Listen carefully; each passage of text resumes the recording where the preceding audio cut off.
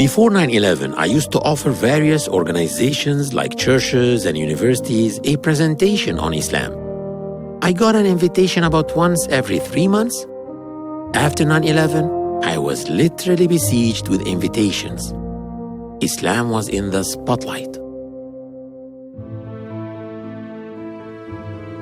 Imagine going to Google to find out which religion is the most searched on the internet. Type the words Christianity, and then Judaism, then Hinduism, then Buddhism, and then Islam. I did exactly that, and this is what I found.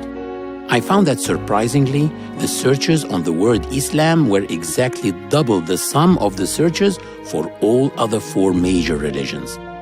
But why Islam? What is it that makes people want to learn about Islam? So again, I went to Google Trends and I typed Islam and Jihad, then Islam and violence, then Islam and terrorism, and then Islam and women. And surprisingly again, I found that the searches for Islam and women were exactly double the searches on jihad, violence, and terrorism put together. So I discovered that Islam is the religion that most people want to know about, and women in Islam is the aspect of Islam which most people are interested in. Since 9/11, I have been traveling around the world lecturing to non-Muslims on the true image of Islam, and I have personally seen many people embracing Islam. And I observed that the women who embraced Islam were many more than the men. Could this be true, or was I just imagining it? So I said to myself, let me check it out. On the website of the Center of Islamic Studies at Cambridge University, one of the most reputable universities in the world, it states that 3/4 of British converts are women. Gothenburg is the second largest city in Sweden. Imam Ahmed al-Mufti is the director of Gothenburg Mosque. He spoke to us about his observation. During the past few years, around 400 people declared their faith after reading, attending lecture, and coming to ask about Islam. Surprisingly, over 300 of them were women. Men were only around 25%. When I checked the annual report of Discover Islam, an international organization which is based in the Gulf, the numbers varied from one year to another, but the percentage of women converting to Islam was always around 70%. What about other parts of the world? The Far East, for example. I talked over the internet with Hanan, a Chinese convert and an active member of the Serving Islam team. Serving Islam is an organization that participates in the Hong Kong Annual Book Fair and distributes books and copies of the Quran.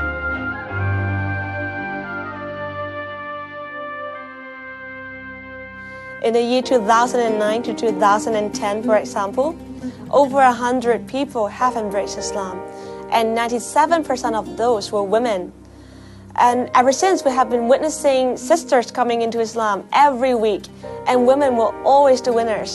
That's why our Sunday classes are filled to the brim with sisters, with only a handful of brothers. That now it's really coming down to a challenge for us, because the Islamic law that the jihadists want to impose upon the world would deny basic things that we take for granted: freedom of speech, freedom of conscience, the equality of dignity of all people before God, the equality of rights of men with women. Women especially are in a predicament in the Muslim world. I have decided to challenge and bring Allah to justice on serious charges like discrimination against women. Where is the Muslim feminists? Very few of them exist. Sharia law does not allow equality of rights for non-Muslims and for women. If the reputation of Islam is that it oppresses women and discriminates against them, then logically, it should attract more males than females. But it doesn't. It attracts more women than men. So what is the secret? What in the world attracts women to Islam?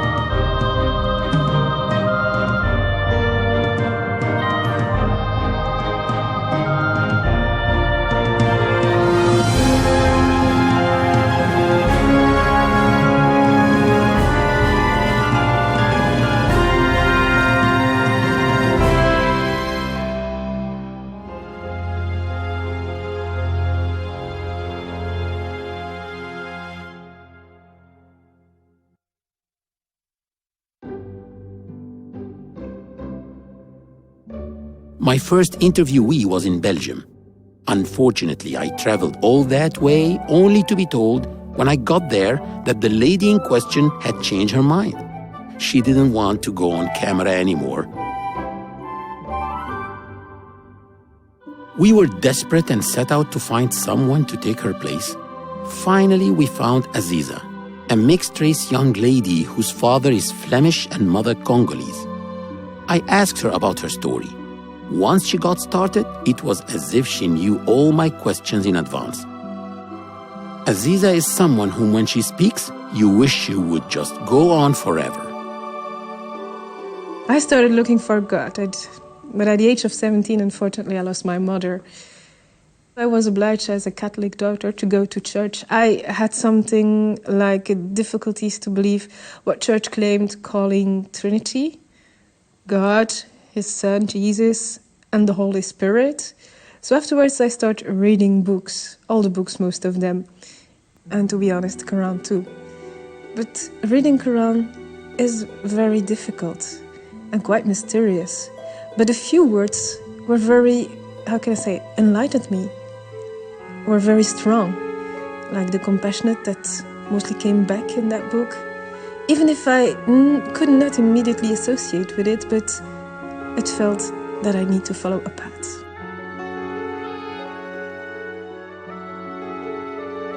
I left it at the age of 17 and I came to Brussels. And then I was interacting and meeting many communities, Jewish, Christians, and we were interacting and everything went well. But on the other hand, I met a lot of new friends, Burundese Muslims, also Moroccan Muslims, Chinese Muslims. Anyway, God opened me for a second time the path to Quran, so I started reading and felt enlightened. I felt better guided.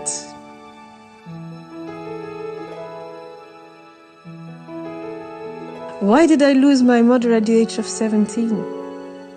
Even if I not feel alone, and even if I am alone, I could feel His presence, even if defining His presence was not easy at all.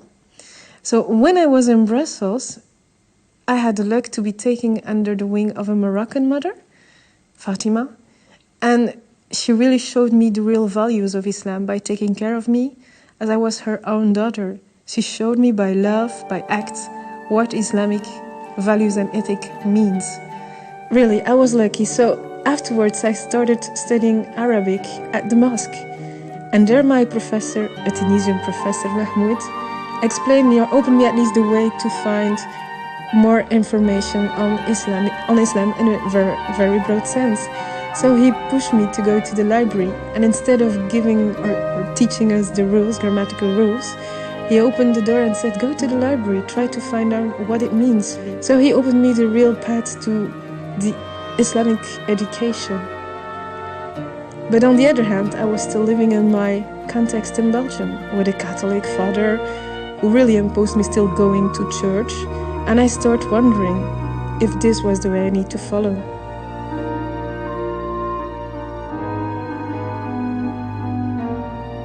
So in 2002, even if I was studying Arabic courses, I went to see Imam Mustafa Kestate. Even if I was not ready to become Muslim, I just wanted to know what did it mean to be a Muslim. So he really gave an answer to my questions by asking me two questions. Do you believe in God? And of course I said, yes, I believe Him. I feel that He is around. And then he said, did you already read the Quran or other Islamic lectures? And I said, yes, of course, I already tried. But it's very difficult for a first time to read Quran, and it's quite mysterious. But a few words came or enlightened me when I was reading Quran, and always came back the compassionate, Rahman, and I was a little enlightened and felt better to follow the path of Islam on my own way. Aziza's story about the impact of the Quran's powerful words was inspiring, but when it came to the reaction of her family and friends, she tried to be humorous, but her frustration spoke louder than the words. My African friends? Weird friends. You know what they told me? They said that I changed board, that I went to the other side. The other side? Which side? I was supposed to go. I mostly went out with them, had drinks with them. I never drank alcohol because I'm not drinking alcohol from the beginning on. But that was weird. And the family, that's something else. When I told my Catholic father that I was Muslim and that I stopped going to church, he just banned me from his will.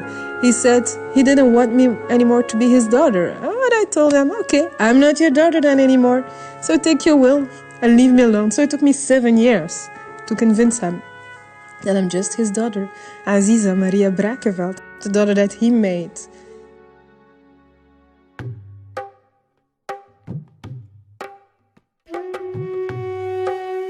But there were others a good deal more aggressive even than Aziza's father. Shazna, a Sri Lankan preschool owner who converted to Islam at the age of 17, tried unsuccessfully to hide the bitterness in her with a laugh.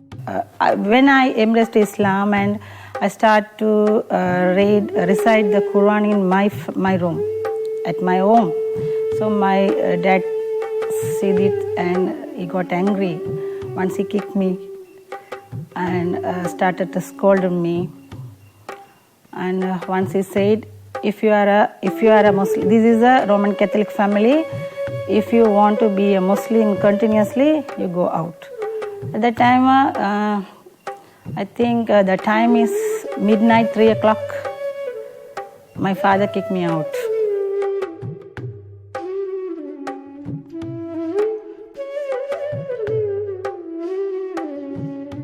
I miss my friends. I had a lot of friends in my school time, so I miss my friends. When I embraced Islam, they didn't talk with me, so I love to talk with them. But not all non-Muslim parents were hostile. Priscilla, an Indonesian convert who converted from Christianity to Islam after hearing the call to prayer in Indonesia and searching for its meanings on the internet. She told us about her family's reaction. I was glad because my father said, okay, whatever you choose, I'm glad for you. If you feel better with it, then you have to do that, but do it the right way. So I was so glad because I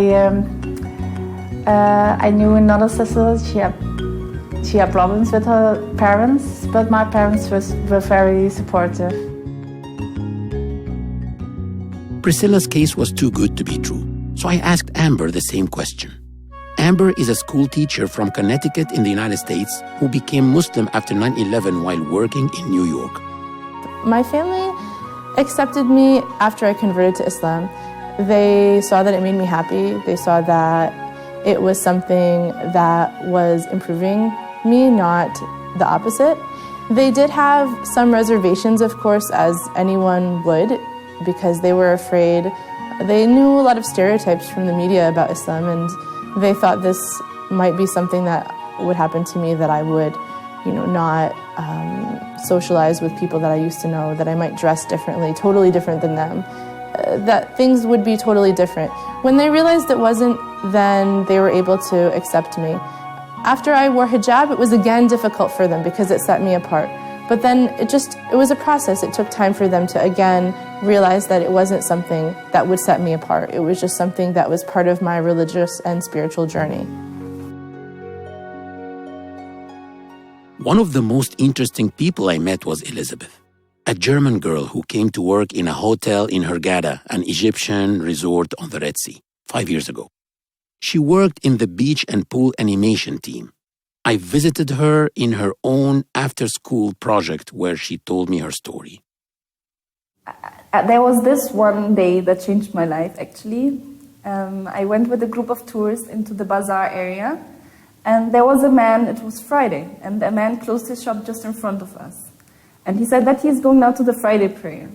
And I was telling him that I have a group of people with me who wants to spend all their money because they're traveling tomorrow, and how stupid he would be now to close his shop and not to take this money and just, I know that his prices are too high and he will make a hell of money.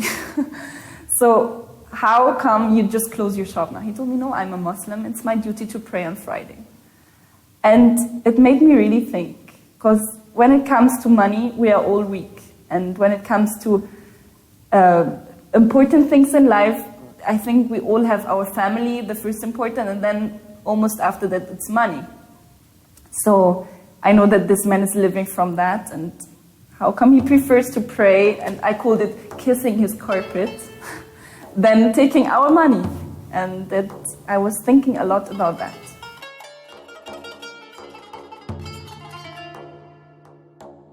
I was just completely lost.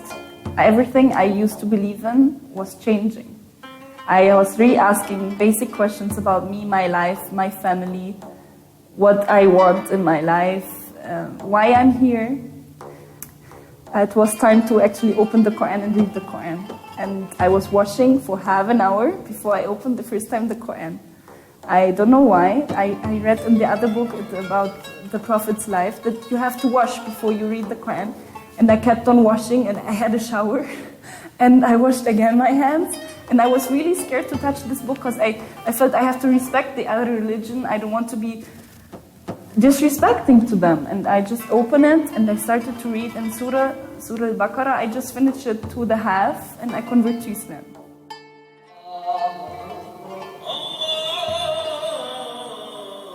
But I said at the same time, there are so much rules and so much things that will change now. I'm not ready for that. And I was really scared from such a big step. What will my family say? How will I work in such place and being a Muslim? How do I change my hobbies? Like I loved my freedom life, and I used to depend on myself since I'm 16. I moved out when I was 16 and lived by myself, and there was nobody who had to tell me what to do. I know that I can manage by myself everything, and now all of a sudden I have to admit that there's somebody much higher who knows what's right for me. So to just admit that, it's a big step for my pride, and it made me very scared. And I always just thought about the hijab. What will happen if I wear hijab?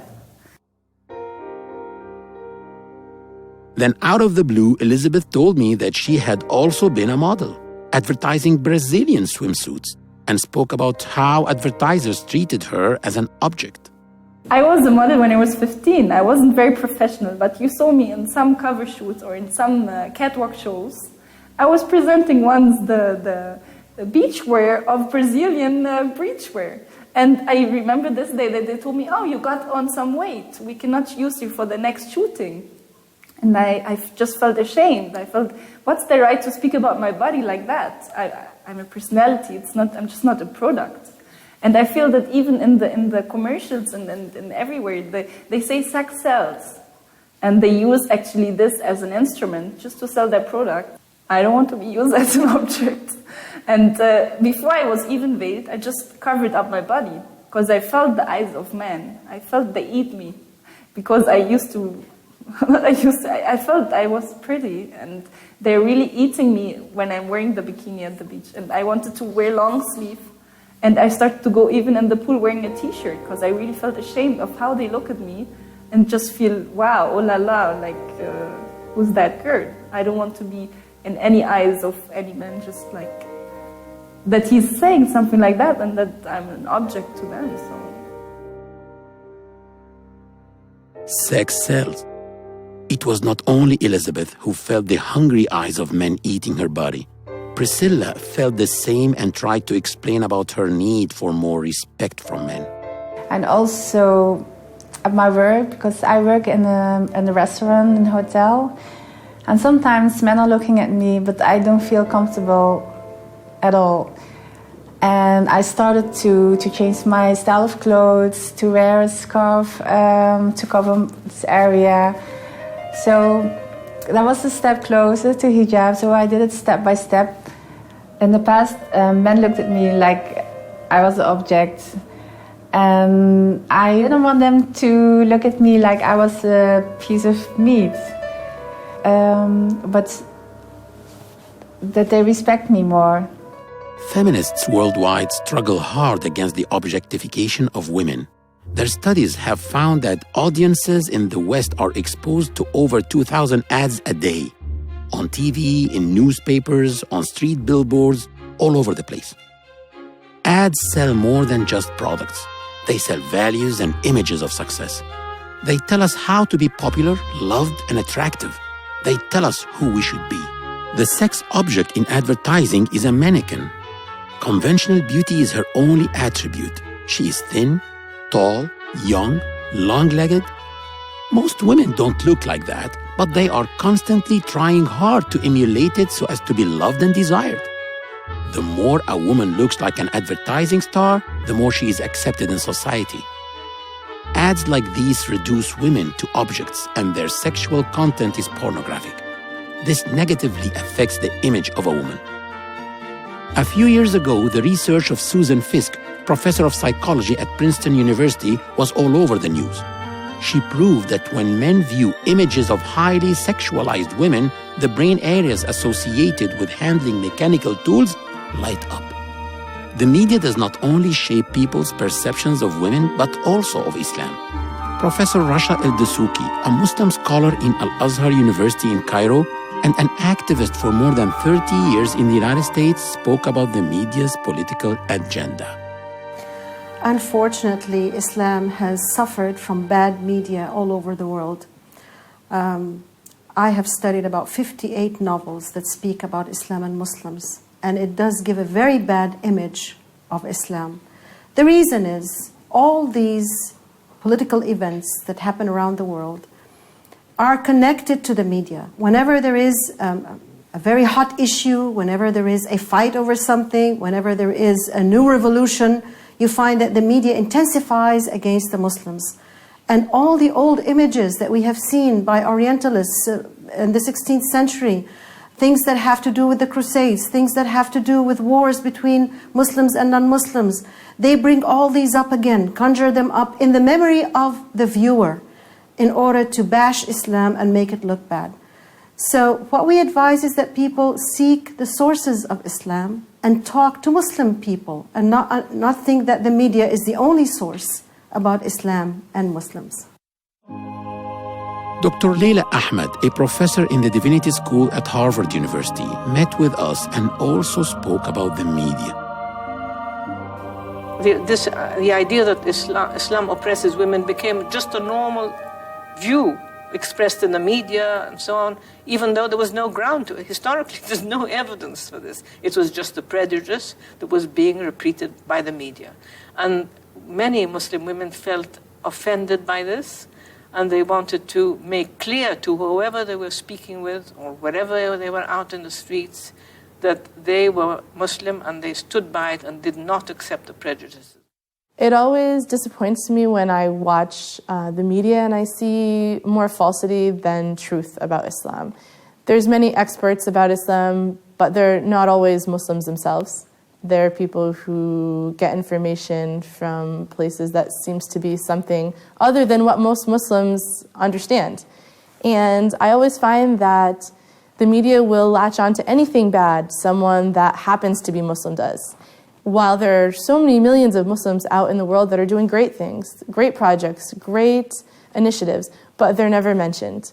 After 9/11, there was a time when I honestly hardly could bear to turn on the television because this was when we were going to war, of course, immediately after 9/11, we were going to war with Afghanistan. And there was endless shots of women in burqa, suffering, how we had to go and rescue them. And this somehow...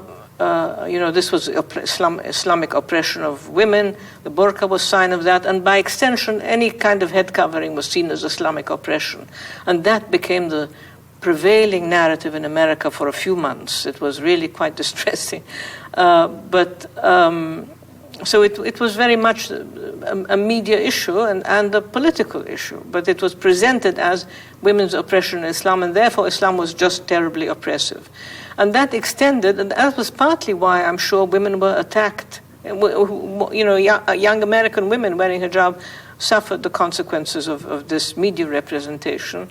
A lot of people were getting information from the media that wasn't correct about Islam. What I was able to do, and this was a positive thing, was be able to pass on information that was the truth about Islam.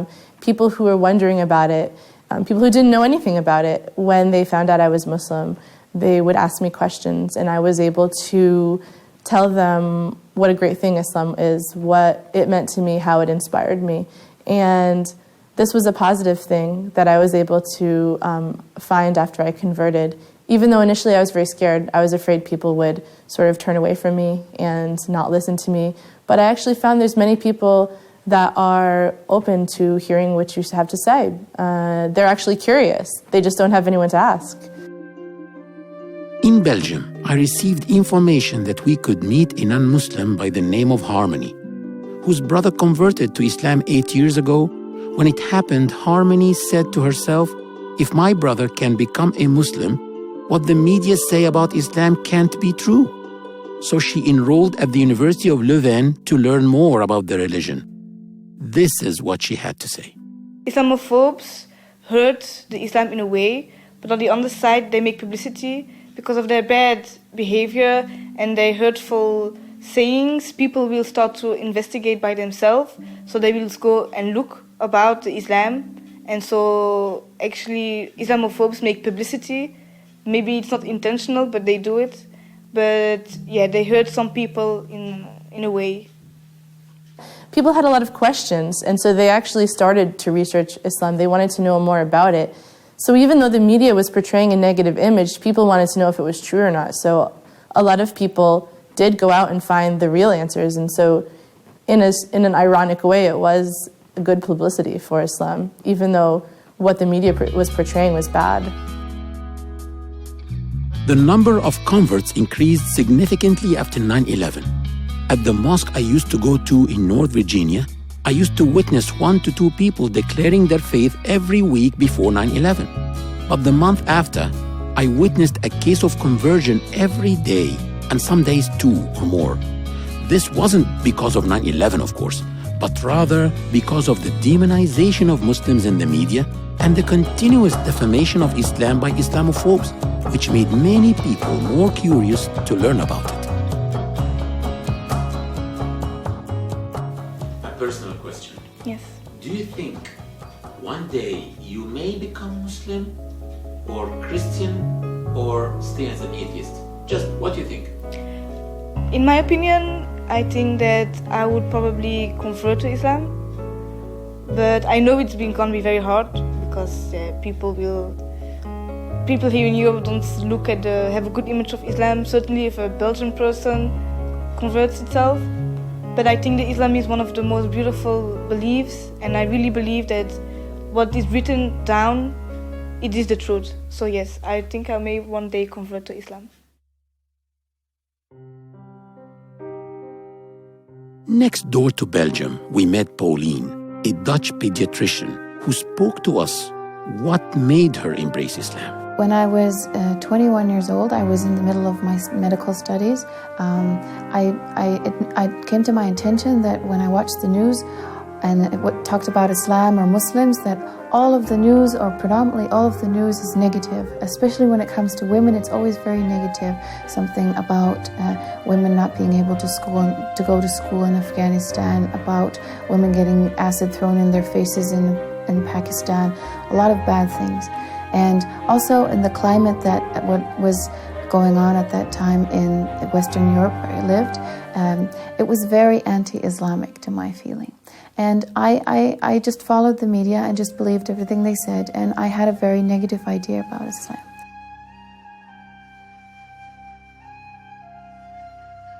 During that year when I was 21, I started to, in my free time, get some extra information about Islam. And the reason I wanted to do that is because I wanted to have more arguments about why this was such a horrible religion. I wanted to be able to debate people about it. So in my free time, like I said, I started to read some stuff, to watch some videos about Islam. And in the beginning, I could still say, okay, I hate this religion, it's bad because of this and this and this. But as I read more and more, I started to really feel, I started to feel I liked it. There were things about it that appealed to me as a person, as a human being. I started to feel that, okay, I hate it, but yeah, this and this and this is kind of cool about it. And in the end, after months and months of reading some stuff, I found out that I couldn't say anymore that I hated it. The list of things that I liked was just too long. And I really felt it was really like coming home, because it was really like, it really suited my way of how life should, my way of thinking of how life should be. And I couldn't help myself and converted. So that's how I became a Muslim.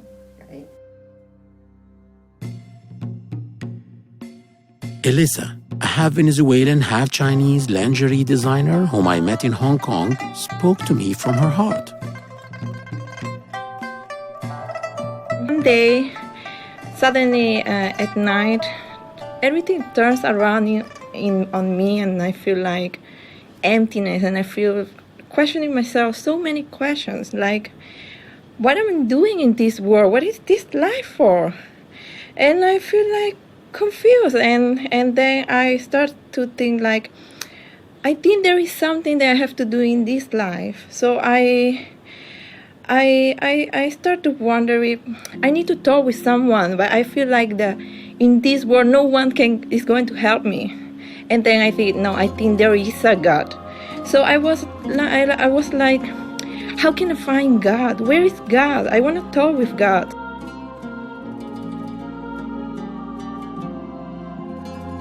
One day I saw my sister praying, and then it really touched me, when I saw her praying. I was, wow, I think she's talking with God, and I want to talk with God also. And then I start to looking about things about Islam, and then I searched a word in the internet, and it said, La ilaha illallah Muhammadur Rasulullah. I didn't really know the meaning of this, but I feel so comfortable with this word, and I try to memorize it. And every night when I go to sleep, because I feel like I was lost in this world, and I start crying. And every time that I go to sleep, I just say La ilaha illallah Muhammadur Rasulullah. I feel so comfortable. And then one day I told my sister, I know a word in Arabic, I know a sentence, I know La ilaha illallah Muhammadur Rasulullah. And then she said, you say this when you convert to a Muslim. And I was like, so I'm a Muslim, so. And then I start to feel like that God was guiding me to find the truth about my life and the true path. So it was like, I feel like Allah subhanahu wa ta'ala, He opens my heart. Yeah, out of in one night like that. La ilaha illallah Muhammadur Rasulullah is the declaration of faith in Islam. It means that there is no God worthy of worship except Allah, and Muhammad is His messenger. But before we left Hong Kong, we also met Wing Zi Chung, a certified accountant in an international company who also told us her story. My work gave me an opportunity to work in London for 2 years. So I went abroad. So I settled with my family, got my driving license, and I want to experience what is life. I want to really look for life. So at the beginning, me and a few girlfriends tried to enjoy the European life. We start to go dancing, clubbing, drinking, and stuff like that. Just the normal European life. But slowly I realized that actually it's not good for the woman. I see some very good and innocent friends. They start to have multiple relationships. Sometimes I want to take a cab with a girlfriend at night, but she just disappeared after seeing a guy in the pub. Then I realized they are not happy at the end. They are being abused, and they are just destroying themselves, and they don't have any happiness at the end.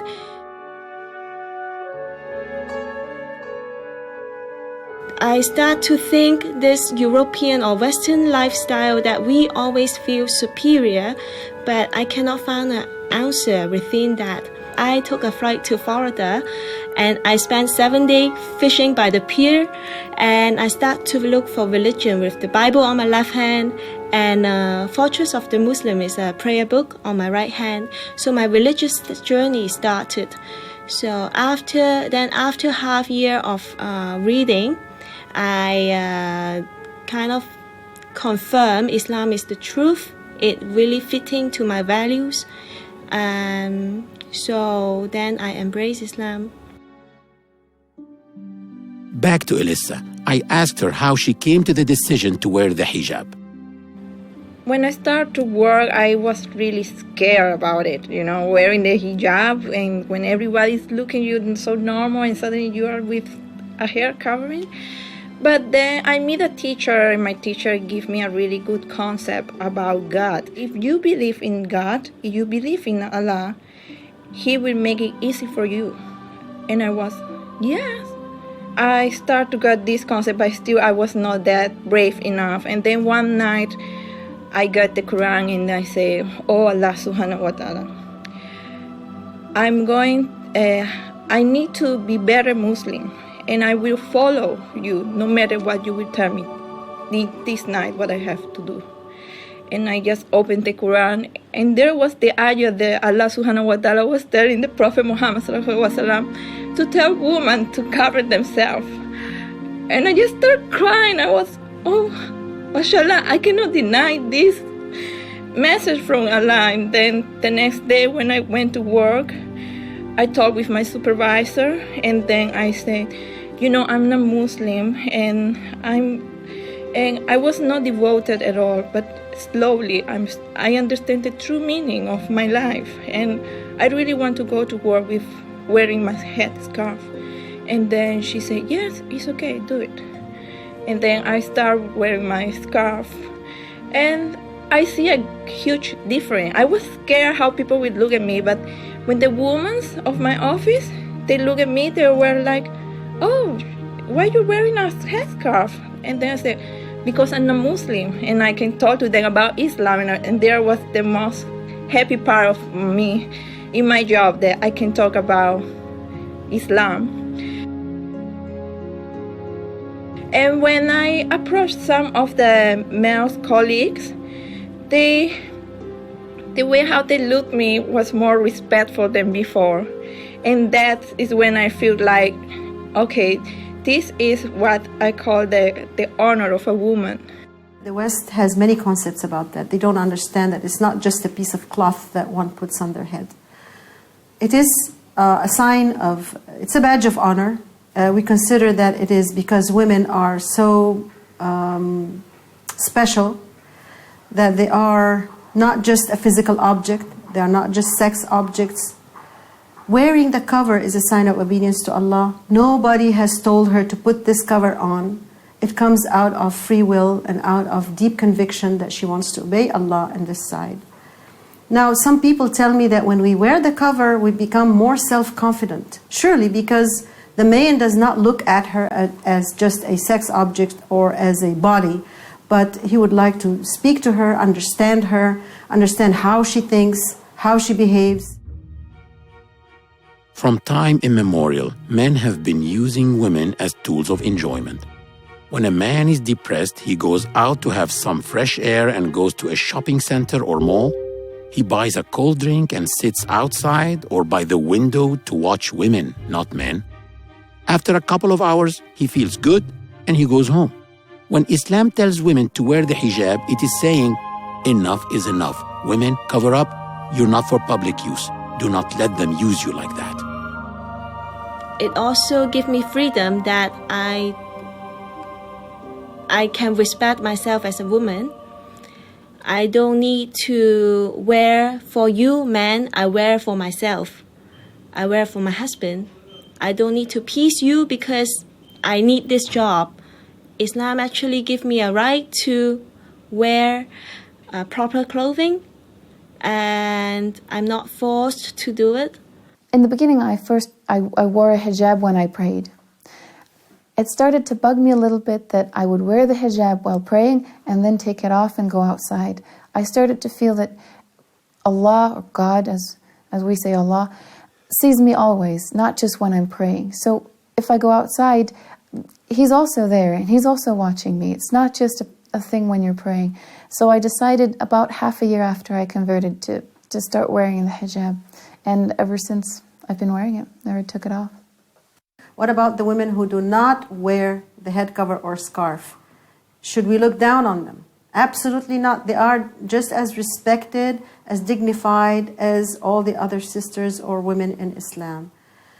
They considered that covering the head is a step higher or maybe a step forward. Later on, maybe in life, she would like to pick up the head cover.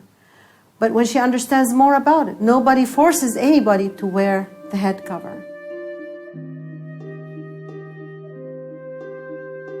As women in Islam, we have to wear a veil. And personally, I think wearing a veil is a process. It's not a trendy kind of stuff. No, women need to have the time to know how they're going to wear the veil and how they're going to behave, because wearing a veil is a responsibility. And inshallah, I will wear the veil. Just like converting to Islam was a process, wearing hijab was also a process. I didn't wear hijab when I first converted to Islam. I waited for a while until I thought it was the right time. Of course, I didn't want to upset my family. I was afraid of losing friends. I didn't want to not be able to find work. And I was living in New York City after 9/11, so it wasn't really a very friendly time for Muslims. But I knew I wanted to do it, so one day I just decided that I would wear hijab, and I did. When it was time to take a next step, I went one week with wearing hijab to work. And they told me that you cannot work with hijab in this place here. So I told them that actually it's 1 week to go to Ramadan and I really want to wear hijab. And I told you 3 months ago that I'm a Muslim. When it comes to Ramadan, I'm going to wear the hijab. I didn't have any knowledge, but I knew that Ramadan is a very holy month and I wanted to wear hijab in this month. Why and however, I didn't know by then, but I just felt I have to do that. And they offered me the double of the salary if I just take it off and stay for the next season, because all the kids love me and they want to come back only for me, so please stay. And they gave me an apartment, they gave me the food, they gave me everything. So when they were just firing me because of that, I was completely in the street. They told me, you have 1 week just to pick up your place, to clean up your place and get your stuff out of your apartment, and then we don't want to see you again. When I was actually cleaning up the apartment and I went back to the hotel for once, they kicked me out by the security. They kicked me out by security because I'm not allowed to go in this hotel again. I'm not working here anymore, and I just wanted to visit one of my colleagues to say goodbye to him, and they kicked me out by security. I had 1 week to find a solution for myself, where to stay, what to do, how. I didn't even have money to take a ticket back to Germany, and I knew I don't wanted to go back to Germany. And 2 weeks before that, I had an incident that I met somebody who was meeting me every day after work, who answers questions about Islam and the questions I have. He was the first person who was actually just interested to help me about my Islamic interest, who doesn't say, why don't we go after work and have a coffee and then I will answer your question. No, he was the first one who said, any question you have, just ask me and I will try to help you. And if I don't have the answer, I will call people who can have the exact answer. So this person told me that he has lots of contacts in Cairo. He can maybe help me to have a work. And we went to Cairo and he introduced me to a family who are only girls and an old lady with her 2 daughters. And I was living with them for 4 months. And they just gave me a home until I found a job and settled down and found my own small apartment. And they were just showing me how to live as a Muslim with all details. The reaction of Priscilla's family to her decision to wear the hijab was not very much different from their reaction to her embracing Islam. And I was afraid in the beginning because I didn't know about the reaction of people. My mom in the beginning said, okay, do you have to wear it always, all the time? I said, yes, it's something I want to do to come closer to God, to come further in my religion.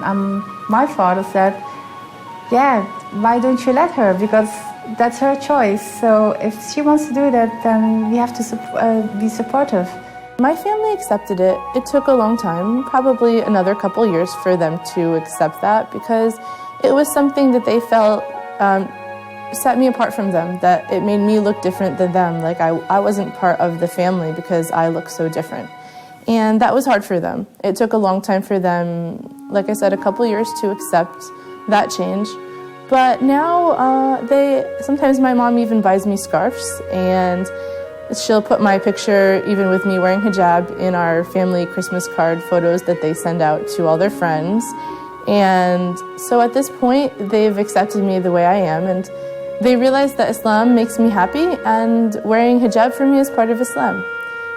So it was a process. It took a long time, but I was able to just stick with it, and things did change for the better. I did lose some friends when I converted, when I wore hijab, but to me, those people weren't true friends. People that are true friends will be able to understand the changes that you make, and they'll be able to accept you for who you are. And I do have a lot of great friends that I've had from childhood and that are still my friends, no matter what change I go through. The work life, when you become a Muslim, especially in a European country, always has some challenges because you wear the headscarf, the hijab.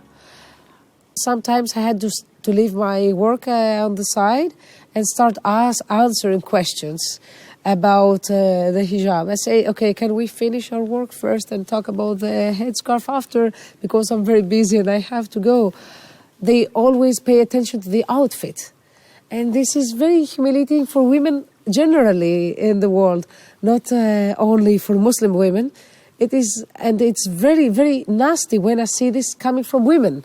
I see women who discriminate other women because of their outfits, what they wear, not who they are, what they believe in, if they're righteous, if they're educated, if they can offer to the world, if they can offer to the society, if they can benefit the world, but what they wear. And this is a crime. I mean, it would be interesting to do a study of the relation between the hijab that Muslims wear and the dress that nuns wear, because I think it was in the 60s that Catholicism abolished the requirement of dress for nuns in the West. But now there's a movement of nuns to go back to some kind of what we call headscarf or head covering. So it'd be interesting to do, but I haven't seen a study yet comparing the movement for return to conventional covering among both Catholics and Muslims. Dr. Layla wasn't to know that I have been doing exactly that, especially in churches around the world. When I'm asked about the hijab, I ask them in turn, who of them has ever seen a woman wearing hijab before? And of course, all of them raise their hands. Then I ask, who among you has ever wondered why they wear it? And 90% of them raise their hands. Then I show them this picture. Then I ask, do you know who she is? Yes, they answer, Mary, the mother of Jesus Christ. Then I show them this picture and I ask, who is she? They say, Mother Teresa, the Nobel Peace Prize laureate. Then I ask them, may we say that in your eyes these are the best two women? And they say yes. Then I show them a picture of a Muslim woman and I ask them what is common to these three images. They say the hijab. All three are covered except for faces and hands. And I say, excuse me, a minute ago you were asking me why Muslim women dress like that?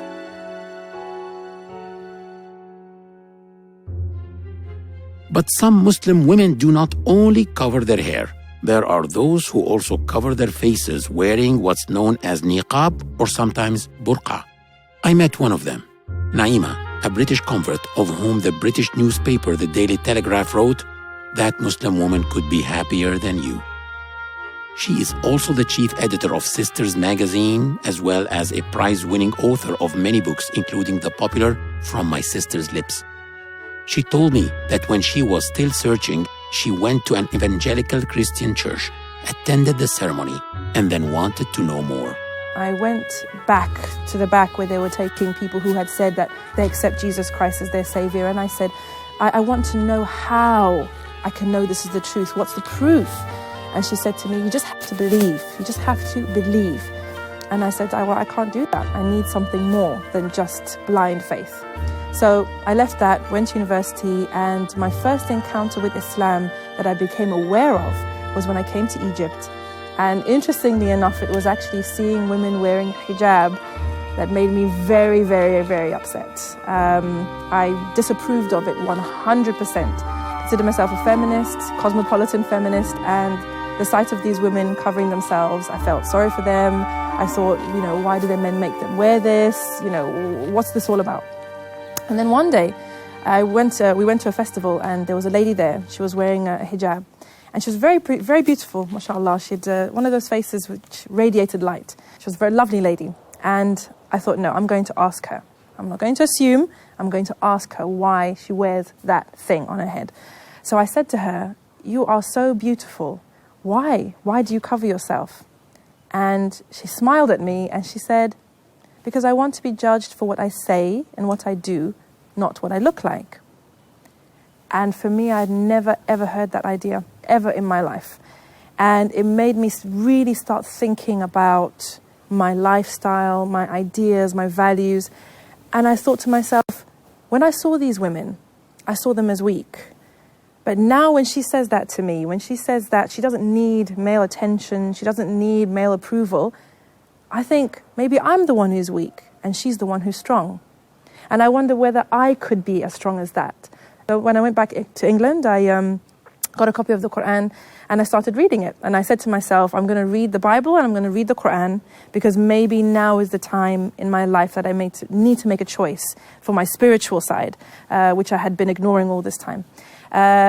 I never got around to the Bible in the end. I just read the Quran and it made sense to me. The lifestyle choices made sense to me. It seemed like a very sane and healthy and safe type of life. And I thought if I ever have children, I would want to raise them in a strong belief system and in an environment that fosters the best that is within them. And that was the end of one journey and the start of another journey within the deen, within the religion of Islam. Personal question. Why did you choose the niqab? I actually liked the niqab. I liked the idea of privacy. I liked the idea of it not being, my face not being on show for just anybody to see. I remember specifically one incident that made me decide to start covering my face is when I was going home. It was quite late and I was going home from work on the train. And I was standing up because there were no seats available. And some men who were sitting on the chairs were staring at me. And I remember feeling very upset and angry, thinking, why do they think they have the right to just look at me, in my face? And I said, I don't like this. I want to be able to choose who sees me and sees that part of me and who doesn't. So I started covering with the niqab then, just on and off, not all the time. But the time that I actually took on the niqab as an act of worship, which is how I see it now, not just something that's convenient or something that, helps me achieve certain ends, was when I went to the doctors and I did some tests and there was a fear that I may be ill. And at that time I was just newly married. It was a very wonderful time, mashallah. And I went to the doctors and I was given the all clear. And I remember walking down the road, it was in East London, and saying to Allah, to God, thank you for everything that you have made my life into right here, right now. How can I praise you more? How can I worship you more? How can I thank you more? The niqab, I don't see it as obligatory, but it's considered by many scholars as something that is recommended. It's rewardable. It's something that you do to gain the pleasure of God. And I thought, this is something that is not hard for me. Why don't I do it? This would be something that I'm doing extra to show my gratitude to God. And that's when I actually started to wear the niqab sort of full time. According to most scholars of Islam, covering the face is not an obligation. At the time of the Prophet Muhammad, there were women who covered their faces as well as those who did not. There is no record of the Prophet telling any one of them to cover or to uncover her face. That was something totally left up to every woman to decide. How do we look at these women? Do we consider them strict? Do we consider them different? Absolutely not, because there's a variety of opinion. The minimum that one should cover, or should leave uncovered rather, is the face and the hands. But if one wants to put more cover, like wear several pieces of clothes or extra coats or whatever, or wear a face cover. This is also allowed. Some women are more bashful than others. They are more beautiful than others. They choose to cover their faces because their beauty should just be for themselves and for their husbands. And absolutely, they do have that option. So we should respect all women, whether they are just covered or that they have a face covered. In some European countries, niqab is now banned. Police arrest women who cover their faces and fine them. Right-wing politicians defend this law by saying that covering the face is against European values. Is it really against European values? I ask myself. The funeral of Emperor Franz Joseph. From 1848 until his death in 1916, the Emperor of Austria, Apostolic King of Hungary, King of Bohemia, King of Croatia, King of Galicia and Lodomeria, and Grand Duke of Krakow, and up to 1866, President of the German Confederation. These women we see in the funeral train of Emperor Franz Joseph are not from Saudi Arabia. They are the princesses of Europe. Women of the royal families and aristocracies of Europe used to cover their faces in funerals and at weddings.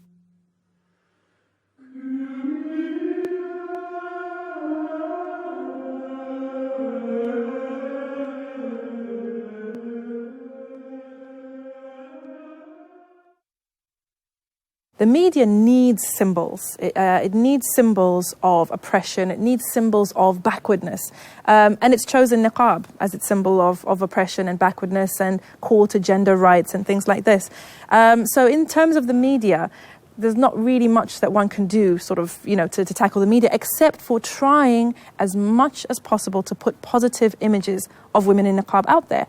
The more women we have in niqab, who are achieving great things, who are going out there and making a difference, the more the public perception of niqab starts to change.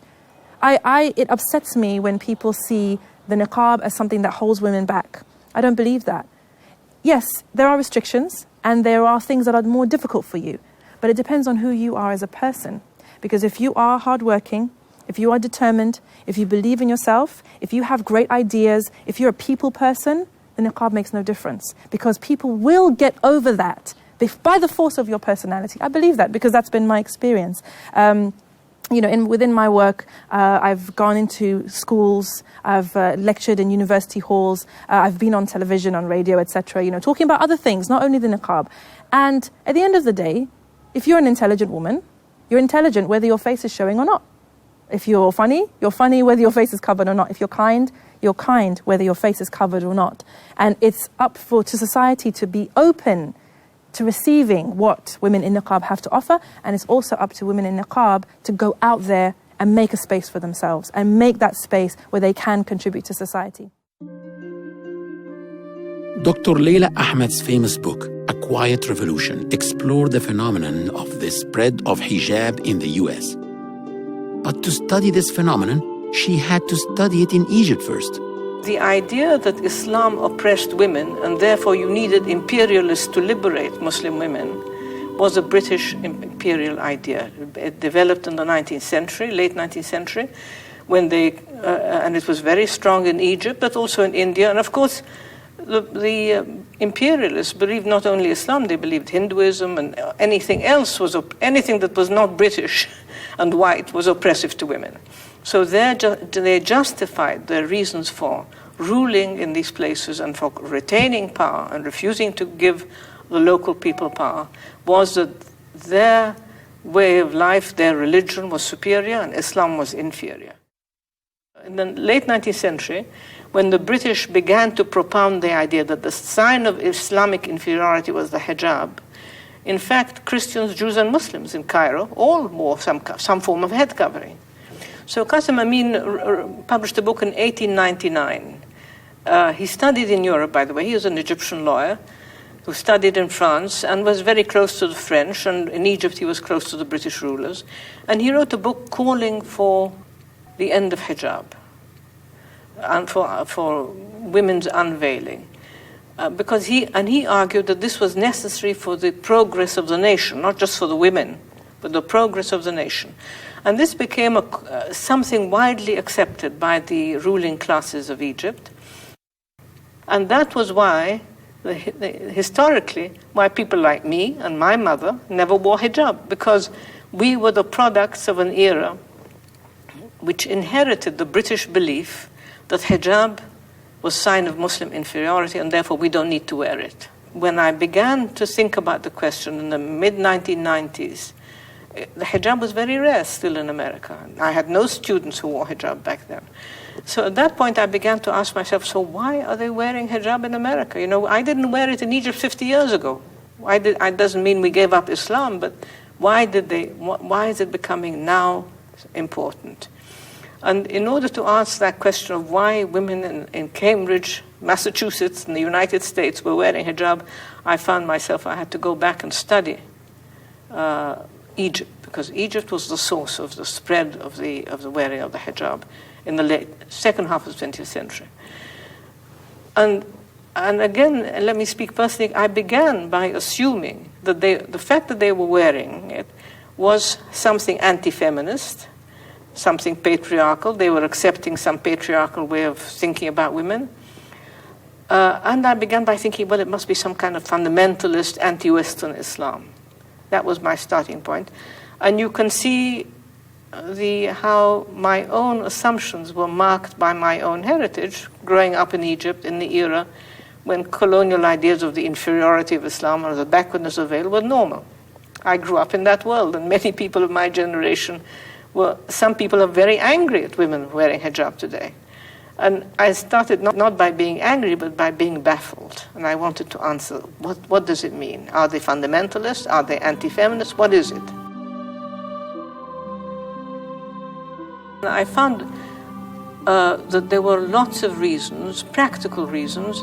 Now, I'm leaving aside the question of the religious belief. You know, one can just assume that that's an important key element. But I based my observations on the studies that were done at the time by anthropologists and various scholars of kind of asking women, why are you wearing hijab? What does it mean to you? And among the answers they gave was disenchantment with the corruption of society, that they were standing for justice. They wanted a new kind of society, and also that gave them rights. So they had the right to go to work now. In the old days, it was awkward for women to work in an office full of men. As they put on hijab, they could say, well, you know, we're Islamically covered. You have no right to discriminate against us. And so this was a way of getting jobs, and it empowered them within the family, because they could tell their parents, yes, we can go out alone. If their parents objected, say, you know, we're Islamic women, and we show it in our dress, and we have the right to do this, to go out, to pursue our positions and jobs. So it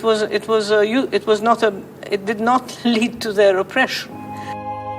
Dr. Ahmed elaborated on the hijab being problematical for women in the US, even a danger to life, in direct contrast to Egypt, where the hijab has actually made life easier for women. In the media, there was a very strong anti-Islamic wave after 9/11. And, you know, I'm sure people heard all over the world, there were women in hijab who were attacked in the streets. I know one of my students once in one of my classes arrived in class in a terrible mess. Somebody had tried to pull her hijab off and had spat at her and pushed her off the pavement, and there were these kinds of events happening. In fact, one of the young women I asked, what does wearing hijab mean to you and why do you wear it? She said among the reasons that she wore it was the same reason that her Jewish friends, male friends, wore a yarmulke. It's a way of saying we're a minority. We have a right to be here. These are our rights, and you should respect us, and you should not be contemptuous of us. So it's an assertion. It's rather like, in terms of asserting your right and your dignity, like the afro in the 1960s. Despite Dr. Layla's discovery that the hijab frees women, some European countries have banned it in schools. We went to one of these schools and watched the girls entering. It was heartbreaking. There are also non-Muslims who find it hypocritical to prevent Muslim girls from wearing the hijab at school. Government should not prohibit wearing hijab or wearing clothes you want. If a girl can walk in a bikini, then why don't a girl can walk in a hijab? I mean, it's the same. One choice is not the same as another. If a girl comes in a miniskirt to school, then why can't a girl come protected to school? So I think it shouldn't be that way. Both men and women complement each other. They are on the same status. God has not discriminated between men and women in acts of worship or in the rewards that they get out of these acts of worship. That is why we can see that Islam has emancipated women in the sense of giving them new positions.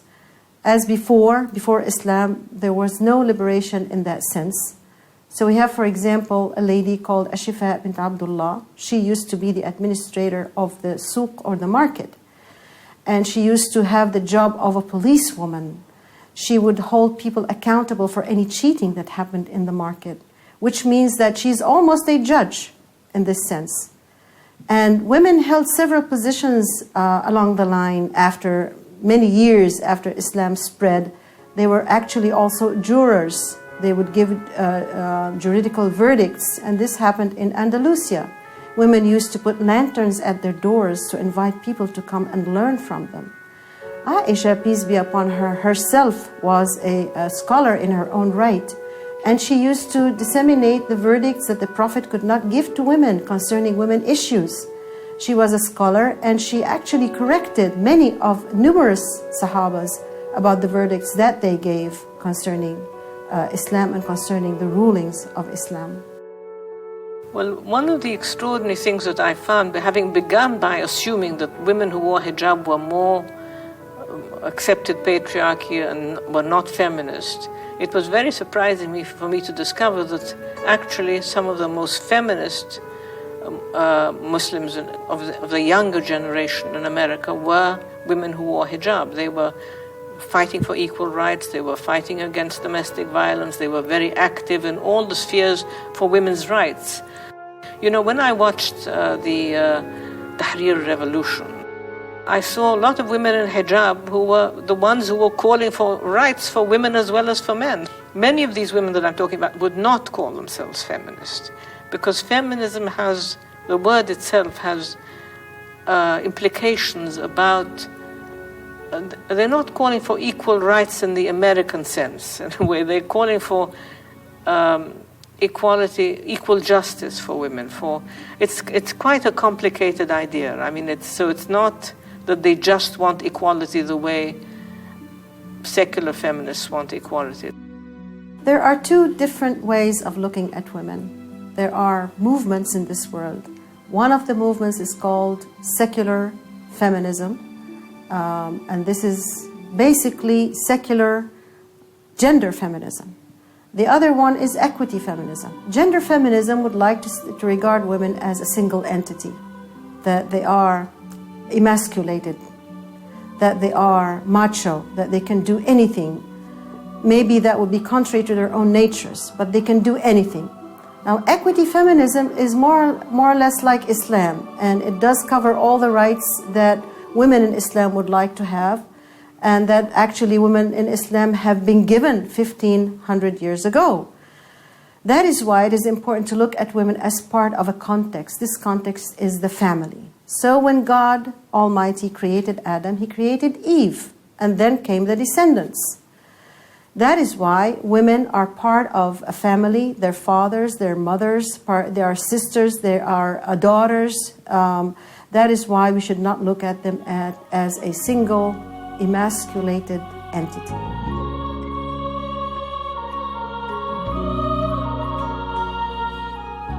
Islam does give women rights. Over 1,400 years ago, the Prophet Muhammad, peace be upon him, received the Holy Quran as a revelation that not only acknowledged women's rights, but protected those rights. Women did have a role in politics during the time of the Prophet Muhammad. There was a female Sahaba, Salama, or a female companion of the Prophet, who did provide consultation for him. Women also had the ability to vote during the time of the Prophet, which is prior to the women's suffrage movement of the 20th century, where women only recently began to get their right to vote in the 1920s, 1940s, 1970s. The women's suffrage movement got the vote for women in the United States of America in the 1920s after a long struggle. They only got it in France in 1945 and in Switzerland in 1970.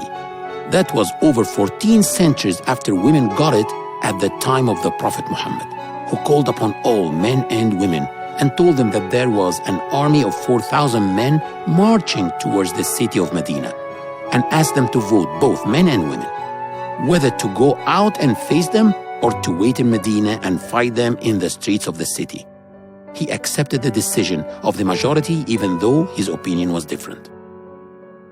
Women were degraded by most ancient cultures.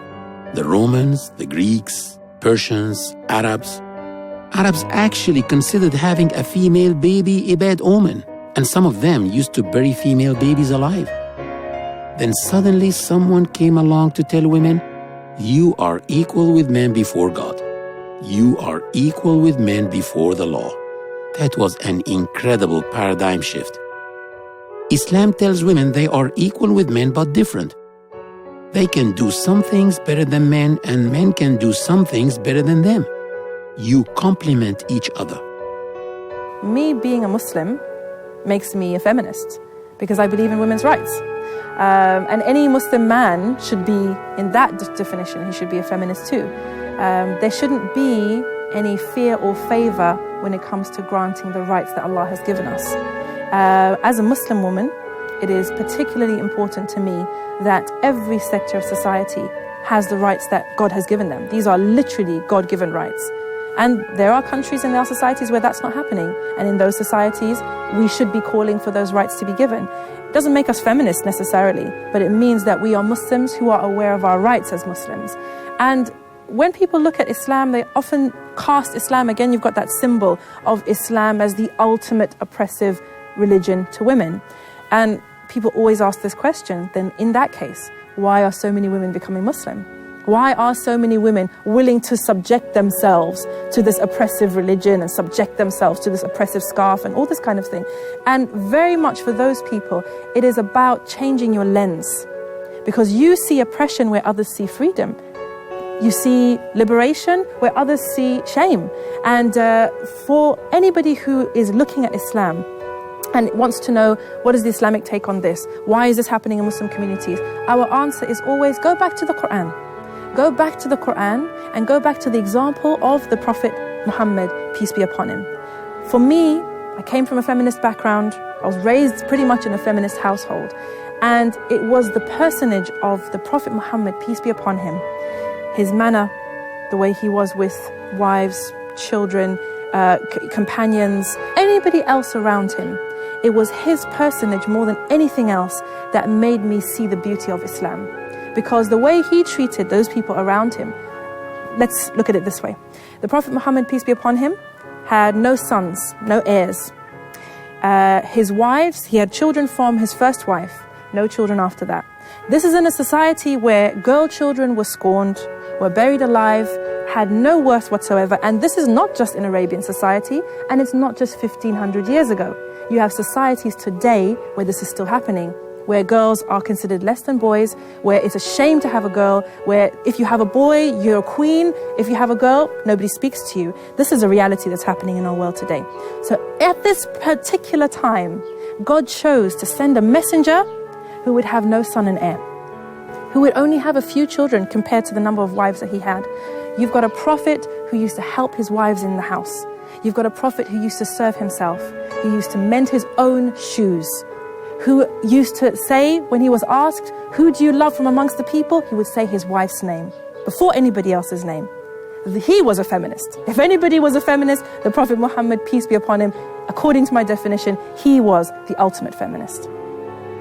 In the last sermon Prophet Muhammad gave before he died, he mentioned that men should treat women kindly and that they should treat them well because women are their partners and their helpers. And that was his last sermon before he died. That was the last message he was ever going to give anyone. And that was part of his message, that you must treat women kindly. And so obviously that's a very big part of religion. If that's in his last sermon, that's the last message he'll ever give the Muslims who are alive then.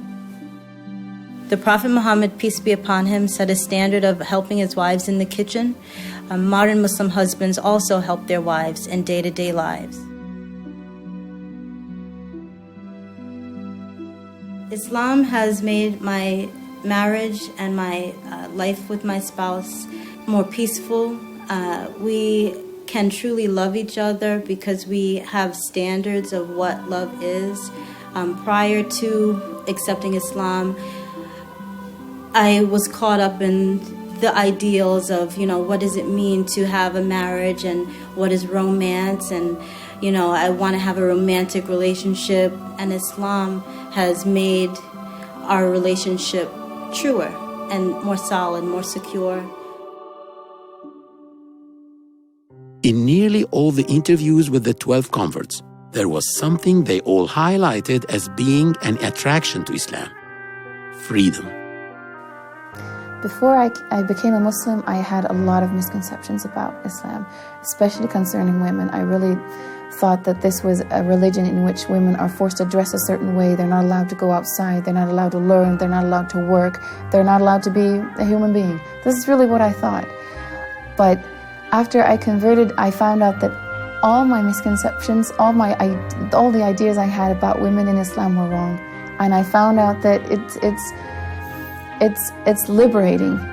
And it's not just liberating, it also allows you to, in Islam we work, we are allowed to own businesses, we're allowed to divorce if we're unhappy. You have to ask us our permission to get married. All the things that bothered me before, they're simply not true. I see that in Islam, as a woman, I can be who I want to be. I can work. Another important thing is I can dress how I want to. I'm not pushed by the media, by the fashion of the day. My body is my own. I'm free from all the looks of people. I'm free from all the pressure of being too skinny or being too fat or walking on high heels or wearing certain super expensive designer clothes that after you wear them twice, you gotta buy new ones. I can just focus on my real life.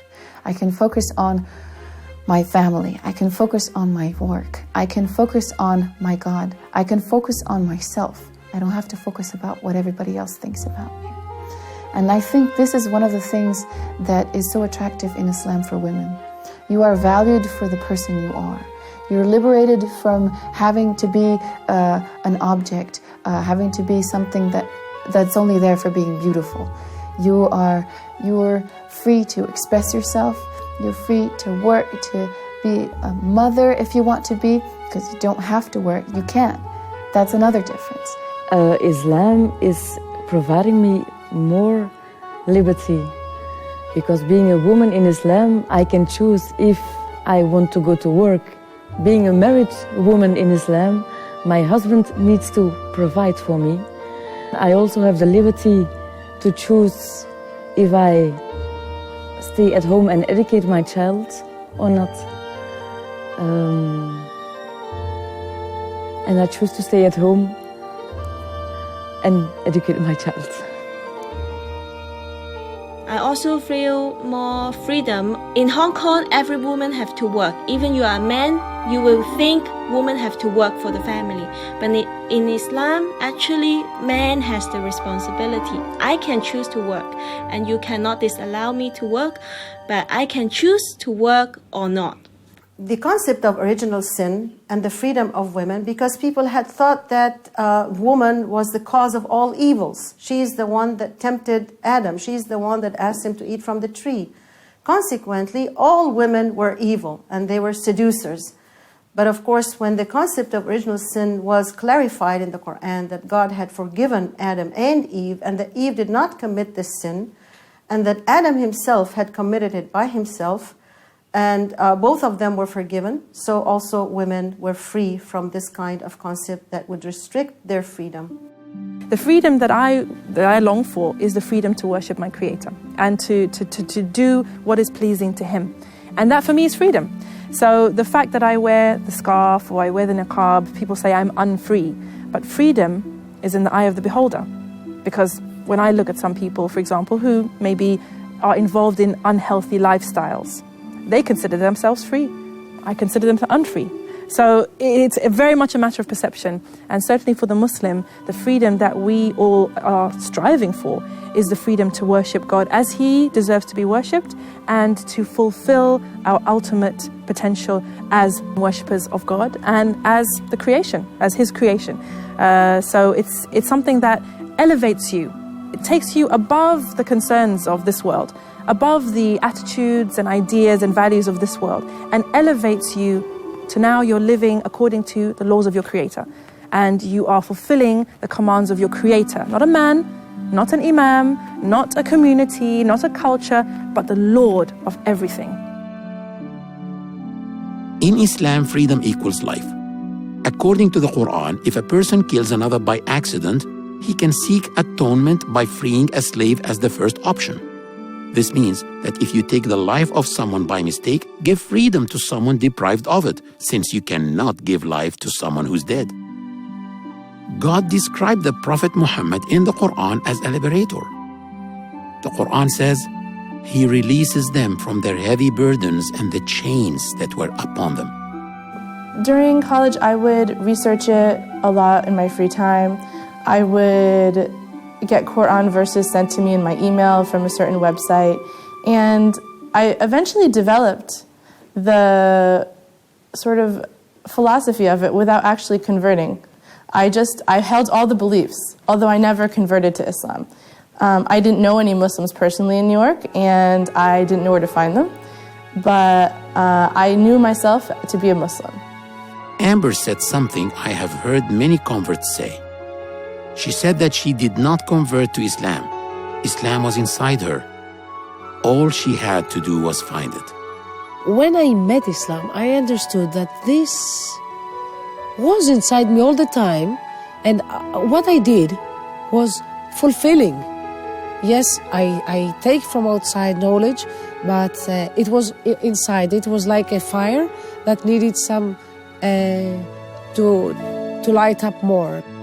Now that I'm converted, I have something beautiful, and it's called the prayer. We pray 5 times a day, which means that 5 times a day I relax. 5 times a day I'm in meditation. 5 times a day I give my worries to my God, to my Creator. And this is my favorite thing in Islam. If you've never prayed, go for it. Just try. It'll save you.